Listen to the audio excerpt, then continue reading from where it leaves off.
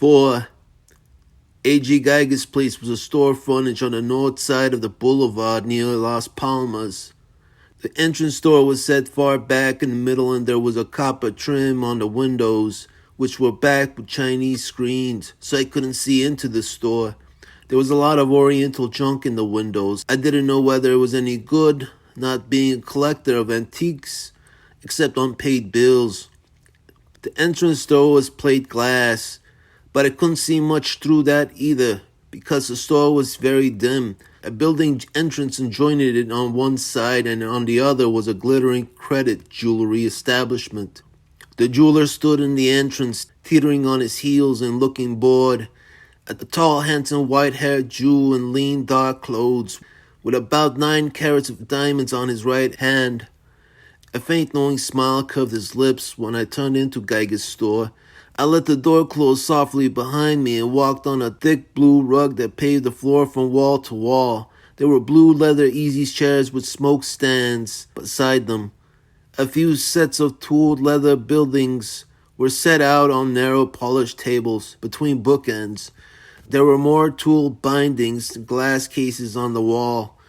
Nice-looking merchandise, the kind a rich promoter would buy by the yard and have somebody paste his bookplate in. At the back there was a grained wood partition with a door in the middle of it shut. In the corner made by the partition, in one wall, a woman sat behind a small desk with a curved wooden lantern on it. She got up slowly and swayed towards me in a tight black dress and didn't reflect any light. She had long thighs and she walked with a certain something I hadn't often seen in bookstores. She was an ash blonde with greenish eyes, beating lashes. Hair waved smoothly back from ears in which large jet buttons glittered.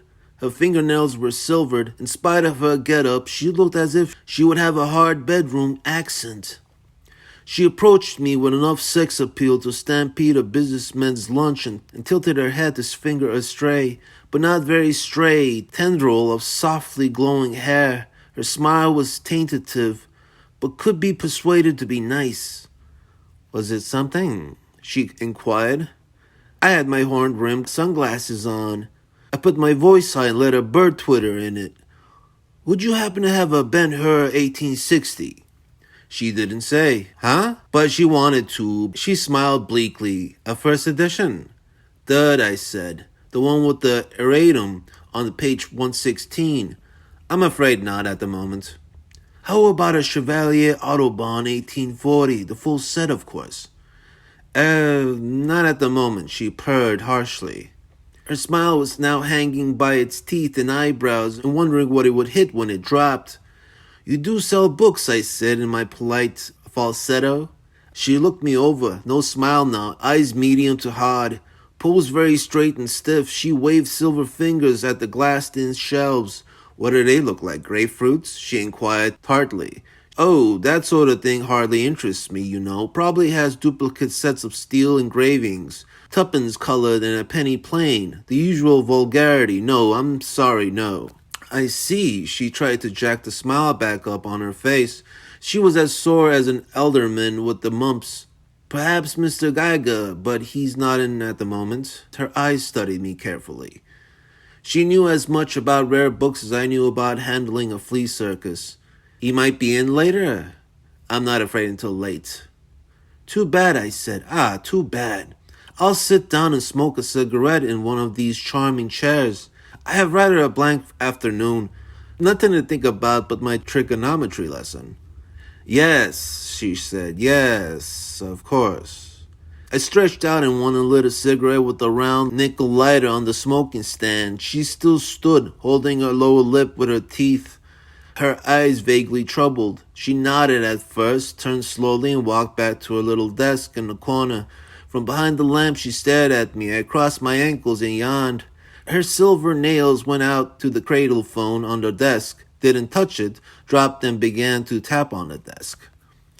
Silence for about 5 minutes. The door opened and a tall, hungry-looking bird with a cane and a big nose came in neatly, shut the door behind him against the pressure of the door closure, marched over to the corner and placed a wrapped parcel on the desk. He took a pin-seal wallet with gold corners from his pocket and showed the blonde something.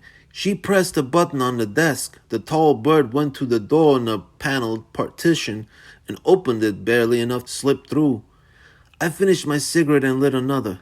The minutes dragged by. Horns tooted and grunted on the boulevard. A big red interurban car grumbled past. A traffic light gonged. The blonde leaned on her elbows and cupped a hand over her eyes and stared at me behind it.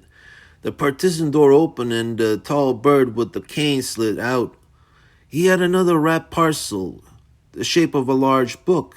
He went over to the desk and paid money. He left as he had come, walking on the balls of his feet, breathing with his mouth open, giving me a sharp side glance as he passed. I got to my feet, tipped my hat to the blonde, and went out after him. He walked west, swinging his cane in a small tight arc just above his right shoe.